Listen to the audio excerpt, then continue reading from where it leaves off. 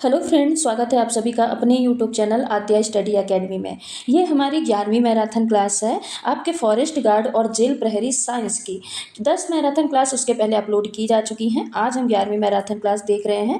यहाँ पे हम पढ़ते क्या हैं, प्रीवियस ईयर क्वेश्चन पढ़ते हैं, साथ ही मोस्ट एक्सपेक्टेड एमसीक्यू प्रश्न पढ़ते हैं और हर एक प्रश्न के साथ उसकी थ्योरी भी कंप्लीट करते चलते हैं। यानी एक क्लास से आपकी ये सारी चीज़ें, प्रीवियस ईयर क्वेश्चन, एक्सपेक्टेड प्रश्न, संभावित प्रश्न और थ्योरी, तीनों चीज़ें कंप्लीट होती चल रही हैं। 2 मैराथन क्लासेस आपको पर डे प्रोवाइड कराई जाती है। एक आपकी 1:30 बजे जो कि लाइव होती है और एक क्लास आपको 6 PM पे अपलोड कराई जाती है जो कि रिकॉर्डेड होती है। 2 क्लास में हमने ये टारगेट रखा है कि 1000+ प्रश्न, आपके एप्टेक बेस्ड प्रश्न यहाँ पे प्रैक्टिस कराई जाएगी आपके एग्जाम तक। अब 2 क्लासेस पर डे आपको प्रोवाइड कराई जाती हैं जहाँ पे हम उसकी थ्योरी भी पढ़ते हैं। 1000+ प्रश्न तो होंगे ही, आपके साथ ही हर एक प्रश्न के साथ हम चारों ऑप्शन को पढ़ेंगे और ऑप्शन पढ़ने के साथ साथ और कैसे इससे प्रश्न बन सकते हैं उसको भी हम डिस्कस करते चलेंगे। यानी एक प्रश्न से आपके 3 से 4 प्रश्नों की प्रैक्टिस होगी। लगभग अगर इससे अंदाजा लगाया जाए तो लगभग आपका 2 से 2500 प्रश्न आपके एग्जाम तक कंप्लीट हो जाएंगे, जो कि आपके एग्जाम के लिए मोर देन सफिशियंट है। अगर आप ये 2 मैराथन क्लासेस भी अच्छे से डिटेल एनालिसिस करके पढ़ लेते हैं तो साइंस में आपके पूरे नंबर आने से कोई नहीं रोक सकता। साइंस की तो आपको टेंशन ही छोड़ देनी है, बस ये 2 मैराथन क्लास आपको अपलोड करनी है सीक्वेंस वाइज। एक आपकी लाइव होती है, एक आपका रिकॉर्डेड, और सीक्वेंस वाइज मैंने एक प्लेलिस्ट बना दी है जहाँ पे आपकी एक मैराथन क्लास, फिर दूसरी, फिर तीसरी, यानी ऐसे सीक्वेंस वाइज सारी क्लासेस डली हैं। तो आप वो प्लेलिस्ट जाके कंप्लीट कर लीजिएगा। तो चलिए बिना टाइम वेस्ट किए स्टार्ट करते हैं आज की क्लास को और देखते हैं हमारा पहला प्रश्न क्या है। यदि कोई वस्तु 1 सेकंड में 20 बार दोलन करती है तो उसकी आवृत्ति क्या होगी? 20 हर्ट्ज होगी, 2 हर्ट्ज होगी, 10 हर्ट्ज होगी या फिर 5 हर्ट्ज होगी? ये आपका प्रीवियस ईयर क्वेश्चन है, एमपी फॉरेस्ट गार्ड का ही आया हुआ प्रश्न है। अब देखिए, ये प्रश्न आवृत्ति से संबंधित है। अब फ्रीक्वेंसी मतलब क्या बोलता है? फ्रीक्वेंसी होती है कि 1 सेकंड में होने वाला दोलन, यानी 1 सेकंड में होने वाले दोलनों की संख्या को क्या बोलते हैं? फ्रीक्वेंसी बोला जाता है। अब फ्रीक्वेंसी का फॉर्मूला क्या होता है? N/T, F=N/T, जहाँ पे N क्या होता है? दोलन की संख्या, M क्या होता है? दोलन की संख्या, T होता है आपका टाइम यानी समय, और F क्या होता है? आवृत्ति या फिर फ्रीक्वेंसी होता है। ठीक, अब यहाँ पे क्या दिया है कि कोई वस्तु 1 सेकंड में 20 बार दोलन करती है, यानी टाइम क्या दे दिया है? टाइम दे दिया है 1 सेकंड का, और दोलनों की संख्या यानी N बराबर क्या दे दिया है? 20 दे दिया है। कितना दिया है? 20 दिया है। अब आपको फ्रीक्वेंसी निकालनी है, ठीक है, क्योंकि देखिए ऑप्शन क्या दिया है? हर्ट्ज में दिया है। हर्ट्ज क्या है? फ्रीक्वेंसी का मात्रक होता है। तो फ्रीक्वेंसी निकालना है तो F= क्या होता है? F= होता है N/T। ठीक, तो N की वैल्यू कितनी दी है? 20 दी है। T की वैल्यू दी है 1, यानी फ्रीक्वेंसी कितनी निकल के आ जाएगी? 20 हर्ट्ज निकल के आ जाएगी। फ्रीक्वेंसी की वैल्यू क्या, कितनी निकल के आ जाएगी? 20 हर्ट्ज निकल के आ जाएगी। मतलब 1 सेकंड में कोई वस्तु 20 बार कंपन कर रही है तो उसकी आवृत्ति कितनी होगी? 20 हर्ट्ज होगी। तो इस प्रश्न का करेक्ट आंसर क्या हो जाएगा? ऑप्शन नंबर फर्स्ट हो जाएगा। अगला प्रश्न है, बेंजीन का आणविक द्रव्यमान है 56 म्यू, 65, 70 या फिर 78? तो बेंजीन का आणविक द्रव्यमान कितना होता है? 78 म्यू होता है। अगला प्रश्न है, भारत द्वारा निर्मित प्रथम अंटार्कटिक अनुसंधान आधार है हिमाद्री, भारती, मैत्री या फिर दक्षिण गंगोत्री? तो यहाँ पे करेक्ट आंसर क्या हो जाएगा? दक्षिण गंगोत्री हो जाएगा। अगला प्रश्न है, एक अवधि में परमाणु त्रिज्या घट जाती है, क्यों घट जाती है? परमाणु आकर्षण में कमी के कारण, परमाणु आकर्षण में वृद्धि के कारण, इंक्रीज इन न्यूक्लियर अट्रैक्शन, इलेक्ट्रॉनों की संख्या में कमी के कारण या फिर इलेक्ट्रॉनों की संख्या में वृद्धि के कारण? क्यों एक अवधि में परमाणु त्रिज्या घट जाती है? तो देखिए, जब भी, कारण क्या है इसका, जब भी हम आवर्त में बाएं से दाएं की ओर जाते हैं तो नाभिक में प्रोटॉनों की संख्या बढ़ जाती है। जो नाभिक है यहाँ पे प्रोटॉन की संख्या क्या हो जाएगी? प्रोटॉन की संख्या इंक्रीज हो जाती है, बढ़ जाती है। अब जब प्रोटॉन की संख्या बढ़ जाती है तो न्यूक्लियर अट्रैक्शन क्या होता है? ये भी बढ़ जाता है। न्यूक्लियर अट्रैक्शन मतलब क्या समझते हैं?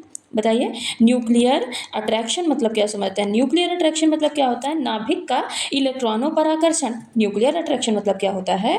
नाभिक का इलेक्ट्रॉन में आकर्षण। तो ये न्यूक्लियर अट्रैक्शन भी क्या होता है? बढ़ जाता है। अब जब न्यूक्लियर अट्रैक्शन बढ़ जाता है तो जो इलेक्ट्रॉन है वो उसी ऊर्जा स्तर में जुड़ते हैं, ठीक है, और इसलिए क्या होता है? नाभिक का आकर्षण और बढ़ जाता है और वो क्या करता है? कणों को अपने पास खींच लेता है, जिससे परमाणु का जो आकार होता है वो छोटा हो जाता है। इसके बाद क्या होगा? परमाणु का आकार छोटा हो जाएगा।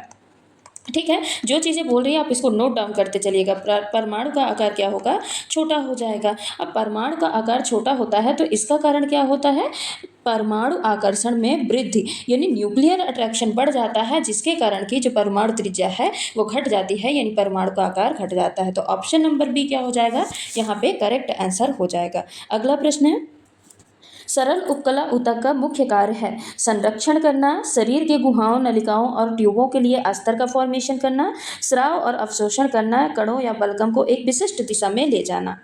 तो सरल उपकला ऊतक का कार्य समझने से पहले आप ये समझ लीजिए कि उपकला ऊतक क्या होती है और वो कितने प्रकार की होती है, क्योंकि जो सरल उपकला ऊतक होता है ना, ये उपकला ऊतक का ही एक प्रकार है। तो सबसे पहले चलिए हम उपकला ऊतक के प्रकार के बारे में पढ़ लेते हैं। तो जो उपकला ऊतक होती है ये मेनली कितने प्रकार की होती है, 5 प्रकार की होती है। कितने प्रकार की, 5। इसमें एक है सरल उपकला ऊतक। सरल उपकला ऊतक क्या होता है, इसमें एक ही परत होती है, ये सिंगल परत की बनी होती है। ठीक है, इसका कार्य क्या होता है, इसका काम है अवशोषण करना, एब्जॉर्प्शन करना। अवशोषण के अलावा इसका काम है स्राव करना और क्या करना, निस्यंदन करना। क्या है, निस्यंदन करना। ये सरल उपकला ऊतक का काम है। उदाहरण के तौर पे ये पाई कहाँ पे जाती है, तो ये पाई जाती है आंत में, फेफड़े में, आंत, फेफड़े, रक्त वाहिकाओं में ये पाई जाती है, ब्लड वेसल्स में पाई जाती है।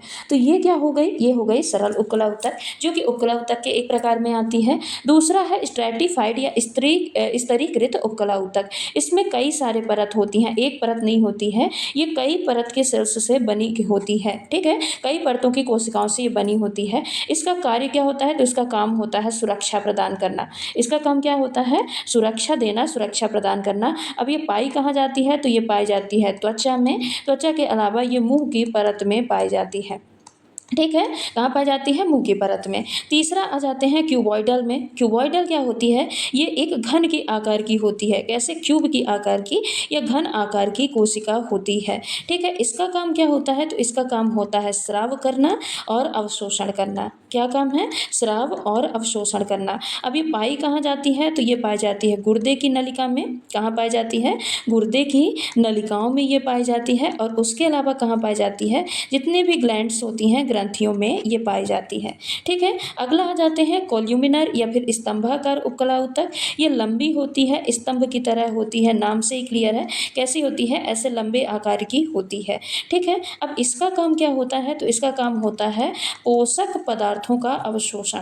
इसका काम क्या होता है, पोषक पदार्थ का क्या करना, एब्जॉर्प्शन करना। तो उस पोषक पदार्थों को ये अवशोषित भी करती है। क्या है, अवशोषित भी करती है और उसका स्राव भी करती है। ये कौन सा काम करती है, स्तंभाकार उपकला ऊतक करती है। अब ये पाई कहाँ पे जाती है, तो ये पाई जाती है पेट में। पेट के अलावा ये आंत में पाई जाती है। सबसे लास्ट है सिलिएटेड। सिलिएटेड यानी रोमे वाली जो रोमक उपकला ऊतक होती है। इसमें छोटे छोटे बाल जैसी संरचना पाई जाती है।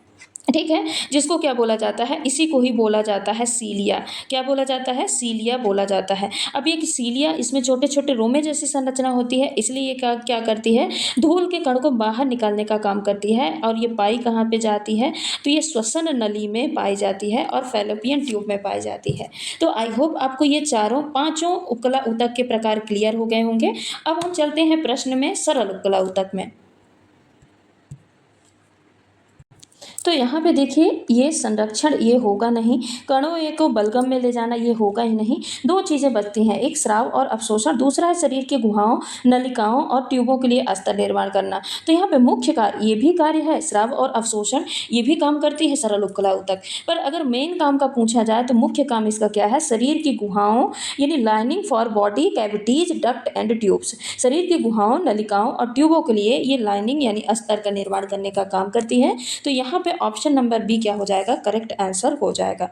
अगला प्रश्न है, वायुमंडल की सबसे ऊपरी परत को क्या कहते हैं, ट्रोपोस्फियर यानी क्षोभ मंडल, स्ट्रेटोस्फियर यानी समताप मंडल, थर्मोस्फियर या फिर लिथोस्फियर। क्या बोला जाता है, तो एक एक करके पढ़ते हैं। ट्रोपोस्फियर यानी क्षोभ मंडल क्या होता है, तो ये वायुमंडल की सबसे निचली परत होती है। यहाँ पे पूछा क्या है, ऊपरी परत। ये क्या होती है, सबसे नीचे की परत होती है। इसकी ऊंचाई लगभग 0 से लेके 12 किलोमीटर तक की होती है।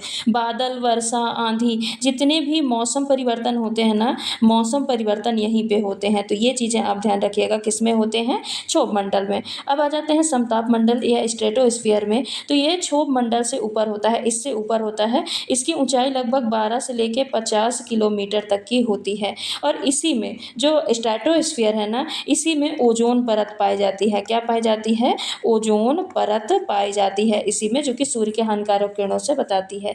तीसरा आ जाते हैं थर्मोस्फीयर पे। थर्मोस्फीयर क्या होता है, ये सबसे ऊंची परत होती है, यही हमारा करेक्ट आंसर भी हो जाएगा। ये सबसे ऊंची परत होती है, जैसे क्षोभ मंडल सबसे निचली होती है, वैसे ही क्या होती है, सबसे ऊंची परत होती है। ठीक है, ये आप ध्यान रखिएगा। यहाँ का जो टेम्परेचर होता है, टेम्परेचर सबसे ज़्यादा हाई होता है, बहुत गर्म टेम्परेचर होता है। उपग्रह इसी क्षेत्र में, जितने भी उपग्रह हैं ना, सारे उपग्रह इसी क्षेत्र में घूमते हैं। अब लिथोस्फीयर क्या होता है, तो ये कोई भी परत नहीं है, जो भी सॉलिड पार्ट होता है ना, पृथ्वी की भूपर पट्टी होती है, उसी को क्या बोलते हैं, लिथोस्फीयर बोलते हैं। बाकी इस प्रश्न का करेक्ट आंसर क्या हो जाएगा, ऑप्शन नंबर सी, थर्मोस्फीयर हो जाएगा। अगला प्रश्न है, हरे पौधों के वर्णक को किस नाम से जाना जाता है, स्टोमेटा यानी रंध्र, क्लोरोफिल, टेंड्रिल्स या फिर स्टार्च।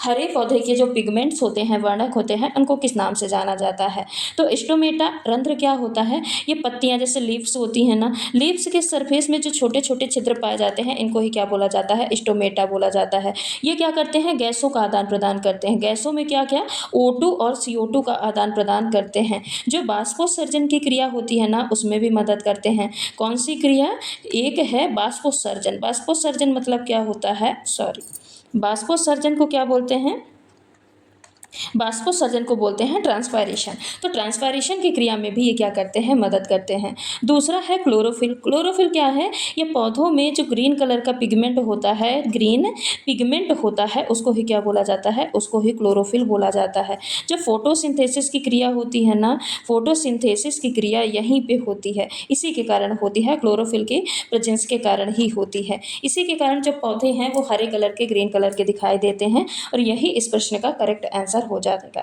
टेंड्रिल्स क्या होता है, आपने देखा होगा, जो ये चढ़ने वाले, क्लाइंबिंग वाले जो प्लांट होते हैं, उसमें ऐसे एक गुच्छे नुमा संरचना पाई जाती है। ठीक है, ये लिपटने वाली संरचना होती है। इसी के सहारे से ये क्या करेगी, लकड़ी को पकड़ेगी और पौधे को सीधा रखेगी, ऊपर चढ़ाने का काम करती है। तो ये क्या करती है, सहारा देती है, सहारा पकड़कर चढ़ने में मदद करती है, पकड़कर चढ़ने में, पेड़ को ऊपर चढ़ने में क्या करती है, हेल्प करती है, मदद करती है।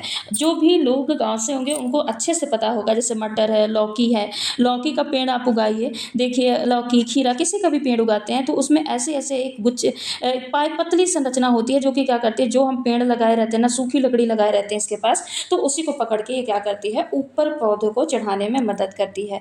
स्टार्च क्या होता है, बताइए, स्टार्च क्या होता है, तो ये पौधों में स्टोर्ड फूड होता है, यानी पौधों में एक संचित भोजन होता है। स्टार्च क्या होता है, पौधों में संचित भोजन, भंडारित भोजन होता है, या एक प्रकार का कार्ब है, यानी कार्बोहाइड्रेट है। ये पाया कहाँ जाता है, तो ये पाया जाता है आलू में, चावल में, आलू, चावल, गेहूँ, इन जगह पे क्या है, स्टार्च पाया जाता है। ठीक है, तो आई होप आपको ये चारों ऑप्शन अच्छे से क्लियर हो गए होंगे।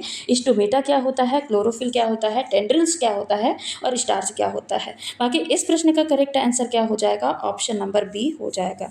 अगला प्रश्न है, निम्नलिखित में से कौन सा शौचालय में उत्पन्न होता है, grey water, black water, blue water या फिर ग्रीन वाटर, ग्रे पानी, काला पानी, नीला पानी या फिर हरा पानी। तो यहाँ पे correct answer option number B हो जाएगा, जिसको बोलते हैं काला पानी। अगला प्रश्न है, प्रतिवर्ती क्रियाएं किसके नियंत्रण में होती हैं, the spinal cord, spinal cord के नियंत्रण में, नर्व्स के यानी नसों के नियंत्रण में, सेल्स यानी कोशिकाओं के नियंत्रण में, या फिर मस्तिष्क के नियंत्रण में।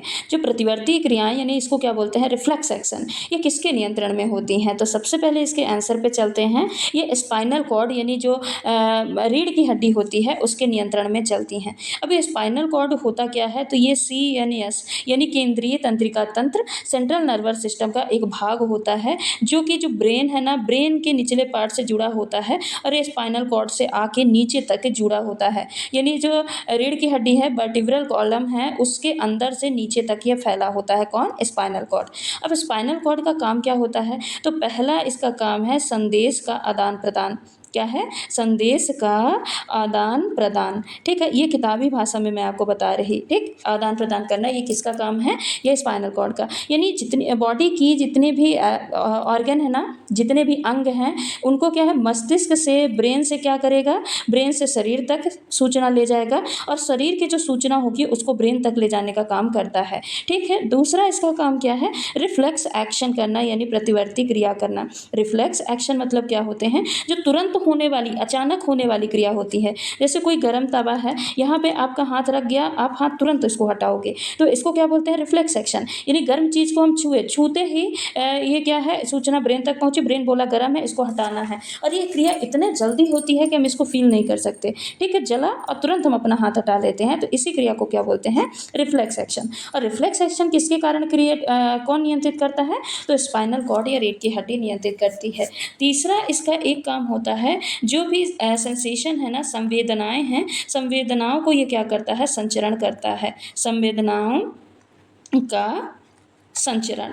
ठीक है, संवेदनाओं का संचरण करने का काम भी ये करता है। जैसे कि पेन है, दर्द है, कोई भी टेम्परेचर है, इसको ये फैलाएगा तुरंत। टच है, इसको ये फैलाएगा, कोई टच किया, अचानक से देखिए कोई चीज़ हाथ में छू जाती है, हम तुरंत ब्रेन तक जाता है सिग्नल, फिर ब्रेन से वो ऑर्गन तक आता है, टारगेट ऑर्गन तक आता है, अब तुरंत हम अपना हाथ हटा लेते हैं। तो ये जितनी भी क्रियाएँ होती हैं ना, सब किसके द्वारा नियंत्रित होती हैं, स्पाइनल कॉर्ड या रीढ़ के द्वारा क्या होती हैं, कंट्रोल होती हैं या नियंत्रित होती हैं। अगला प्रश्न है, ग्लूकोमा आमतौर पर इसके कारण होता है, high pressure on the optic nerve, loss of hearing यानी सुनने की क्षमता कम होना, लॉस ऑफ बोन डेंसिटी यानी अस्थि घनत्व का नुकसान, या इंक्रीज साइज ऑफ आई यानी आँख का आकार बढ़ना। ग्लूकोमा किसके कारण होता है, ग्लूकोमा किसके कारण होता है, ये पता करने से पहले आपको ये पता होना चाहिए कि ग्लूकोमा होता क्या है। तो ग्लूकोमा क्या है, एक आँख से संबंधित बीमारी होती है। कैसे, आँख से संबंधित एक बीमारी होती है। इसमें आँख के अंदर क्या होता है, ऑप्टिक नर्व पर दबाव उच्च हो जाता है। ठीक है, जो आँख के अंदर ऑप्टिक नर्व होती हैं उनमें दबाव बढ़ जाता है। अब जब दबाव बढ़ेगा तो जो ऑप्टिक नर्व होती है ना, दृष्टि तंत्रिका होती हैं, ये क्या हो जाती हैं, ये नष्ट होने लगती हैं या फिर ख़राब होने लगती हैं, जिससे देखने की क्षमता कम हो जाएगी या कम होते होते धीरे धीरे ख़त्म भी हो सकती है। तो इसी को ही क्या बोलते हैं, ग्लूकोमा बोलते हैं। अब इसके लक्षण क्या होते हैं, इसका लक्षण होता है कि धुंधला दिखाई देना, जब भी जो भी रोगी होगा उसको धुंधला दिखाई देगा, आँख में दर्द रहेगा। ठीक है, आँख में दर्द और भारीपन बना रहेगा। उसके अलावा सिर दर्द आपका बना रहेगा, अगर ग्लूकोमा है तो सिर दर्द बना रहेगा। जो आँख होती है ना, आँखें कैसी होने लगती हैं, आँखें लाल कलर की होने लगती हैं और धीरे धीरे साइड से दिखना कम हो जाता है। ये सब किसके लक्षण हैं, ग्लूकोमा के लक्षण हैं। और बाकी इस प्रश्न का करेक्ट आंसर क्या हो जाएगा, ऑप्शन नंबर ए हो जाएगा। देखिए यहाँ पे आप ऑप्शन भी एलिमिनेट कर सकते थे। अब ग्लूकोमा पता है कि आँख से संबंधित बीमारी है, तो सुनने की क्षमता और घनत्व, अस्थि घनत्व, इससे तो कोई रिलेशन नहीं है। इन्हीं दो ऑप्शन में आपको कन्फ्यूजन होना चाहिए, दो ऑप्शन तो आप आसानी से इसको हटा सकते हैं। ठीक है, इस प्रश्न का आंसर पता चल गया। अब चलते हैं अगले प्रश्न पे। अर्धसूत्री विभाजन सेकेंड, इसमें माइटोसिस के समान है। बेटी कोशिकाएं द्विगुणित होती हैं, the daughter cells are diploid, sister chromatids separate during anaphase, anaphase के दौरान सहोदर क्रोमैटिड अलग हो जाते हैं। डीएनए विभाजन से पहले प्रतिकृत बनता है, DNA replicates before the division, homologous chromosome synapse, समरूप गुणसूत्र का सिनैप्स होता है। देखिए इसको पढ़ने से पहले हम पढ़ लेते हैं अर्धसूत्री विभाजन सेकेंड की पूरी प्रोसेस। देखिए जो मियोसिस सेकेंड होता है इसको हम माइटोटिक भी बोल सकते हैं, क्योंकि ये बिल्कुल माइटोटिक डिवीजन जैसा होता है, और ये मियोसिस फर्स्ट फेज के बाद आता है। इसीलिए मियोसिस जो फर्स्ट होता है वहाँ पे प्रोफेज फर्स्ट होता है, मेटाफेज फर्स्ट होता है, एनाफेज फर्स्ट होता है और टीलोफेज फर्स्ट होता है। लेकिन यहाँ पे हम मियोसिस सेकेंड पढ़ रहे हैं, तो यहाँ पे प्रोफेज सेकेंड होगा, मेटाफेज सेकेंड होगा, एनाफेज सेकेंड होगा और टीलोफेज सेकेंड होगा। तो इसमें क्या होता है, प्रोफेज सेकेंड में जो क्रोमोसोम है ये फिर से क्या होते हैं, कंडेंस होने लगते हैं, फिर से गाढ़े और संक्षिप्त होने लगते हैं। ठीक है, उसके बाद जो न्यूक्लियर मेम्ब्रेन होती है, केंद्रक झिल्ली होती है, वो टूटने लगती है और स्पिंडल फाइबर्स बनना स्टार्ट हो जाते हैं। कहाँ पे, प्रोफेज सेकेंड में। फिर आ जाते हैं मेटाफेज सेकेंड में। मेटाफेज सेकेंड में क्या होता है, क्रोमोसोम बीच में एक सेल प्लेट में, जो बीच में सेल प्लेट होती है वहाँ पे इकट्ठा होने लगते हैं। यहाँ पे देखिए एक प्लेट का फॉर्मेशन करने लगते हैं और सेल प्लेट में ये क्या होते हैं, क्रोमोसोम इकट्ठा होने लगते हैं, एक लाइन पे आ जाते हैं, इक्वेटोरियल प्लेट पे आ जाते हैं। ठीक है, और स्पिंडल फाइबर्स जो होते हैं वो क्या होते हैं, क्रोमोसोम के सेंट्रोमियर से जुड़ जाते हैं। ये बीच में क्या होता है, क्रोमोसोम का सेंट्रोमियर। तो जो स्पिंडल फाइबर है ये क्रोमोसोम के सेंट्रोमियर से जुड़ जाते हैं। फिर आ जाता है एनाफेज सेकेंड। अब यहाँ पे से देखिए जो क्रोमोसोम होते हैं ये ऑपोजिट, जो सिस्टर क्रोमैटिड्स होती हैं ये ऑपोजिट डायरेक्शन में, यानी ऊपर वाला पार्ट को ये ऊपर खींच के लेके चला गया, ठीक है, और नीचे वाला पार्ट ये नीचे रह गया। तो जो सिस्टर क्रोमैटिड्स हैं वो ऑपोजिट पोल्स में जाके इकट्ठे होने लगती हैं, ऑपोजिट पोल्स की ओर विपरीत दिशा में अलग होके चली जाती हैं।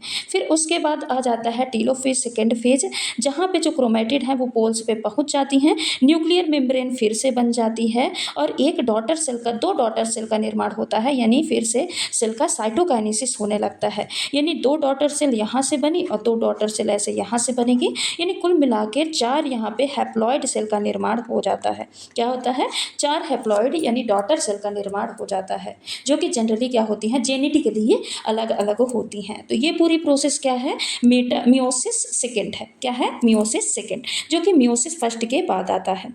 तो यहाँ पे देखिए ऑप्शन क्या दिया है, जो डॉटर सेल है वो द्विगुणित होती हैं, डिप्लॉयड होती हैं, नहीं, अभी हमने पढ़ा कैसी होती हैं, हैप्लॉइड होती हैं। एनाफेज के दौरान जो क्रोमैटिड्स होते हैं वो सेपरेट हो जाते हैं, ठीक है, सिस्टर क्रोमैटिड्स क्या होते हैं, सेपरेट हो जाते हैं। तो हाँ ये बिल्कुल करेक्ट है, ठीक है। लेकिन यहाँ पे पूछा है माइटोसिस के समान क्या है, तो माइटोसिस के समान ये चीज़ है कि जो डीएनए का विभाजन है ना, डीएनए विभाजन से पहले प्रतिकृति यानी अपना रेप्लिकेट करता है, रेप्लिकेट जब भी डिवीजन होने वाला रहता है तो डिवीजन से पहले ये क्या होता है, रेप्लिकेट करके अपना खुद का डुप्लीकेट बनाता है। तो यहाँ पे ऑप्शन नंबर सी क्या हो जाएगा, करेक्ट आंसर हो जाएगा। अगला प्रश्न है, उस वैज्ञानिक का नाम बताइए जिसने कहा था कि पदार्थ को ऊर्जा में परिवर्तित किया जा सकता है।